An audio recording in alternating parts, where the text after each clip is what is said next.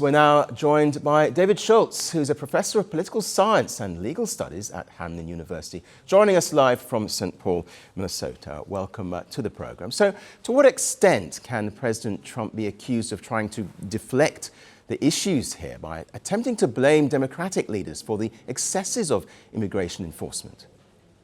Well, he's clearly trying to deflect it and shift the blame away. But what's important to understand here is a couple of different things. If we go back to both the Biden presidency and back to the Obama presidency, they deported far more individuals than Trump has done so, but in a very peaceful way and in a way that followed rule of law. And what the basic problem we're seeing here is how the Trump administration is a couple of things. First, it's trying to force states into submission, to basically coerce them into taking certain types of practices which states are not obligated to follow. States do not have to cooperate with the national government in terms of immigration. They can obstruct, but they don't have to cooperate. Individuals have what we call First Amendment free speech rights and rights to protest, all of that peacefully. So one, it's about the presidency, Trump presidency, trying to force states to do certain things, but it's also about the tactics that are being used. That if we keep in mind that immigration is basically supposed to be a civil matter, not a criminal matter, one can raise questions about all types of tactics here. There's been accusations that ICE is not using what's called search warrants to arrest people, that it's using excessive force, it's breaking into people's homes, it's profiling people on the basis of their race. It's been a very, very violent process compared to previous presidencies. So this is both about what they're doing and how they're doing it, which is the heart of the objections that are going on here. And Trump is trying to basically say to people, no. It's the Democrats, it's the Democratic states that are responsible for this violence that's going on. You mentioned former presidents there, and in fact, former presidents Clinton and Obama have severely criticized the action of federal agents. Obama saying it's a wake-up call for Americans. But what can ordinary citizens actually do?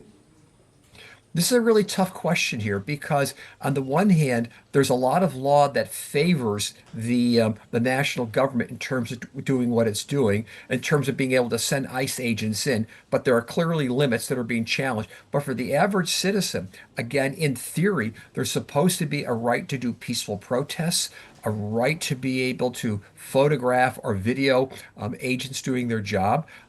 Individuals have a right to criticize. I mean, I find it ironic, where you had on a couple minutes ago, the head of the ICE operations here saying that if you call police certain names, if you say certain things, there are consequences.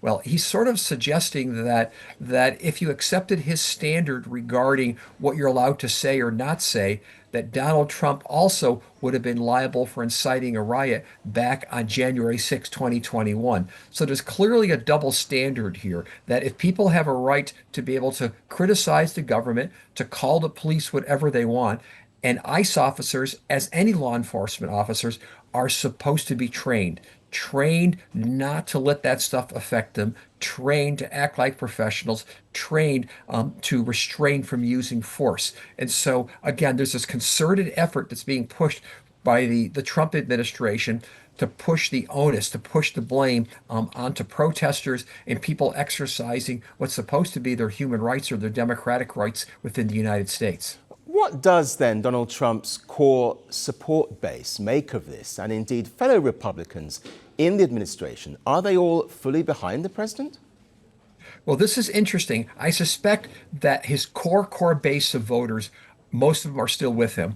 We did see over the weekend several members of Congress who are Republicans starting to say at this point, maybe it's time to pull ICE agents out. But the more important place to look at this point is back in 2024, Donald Trump benefited from a lot of swing voters swinging in his direction to help him win the election.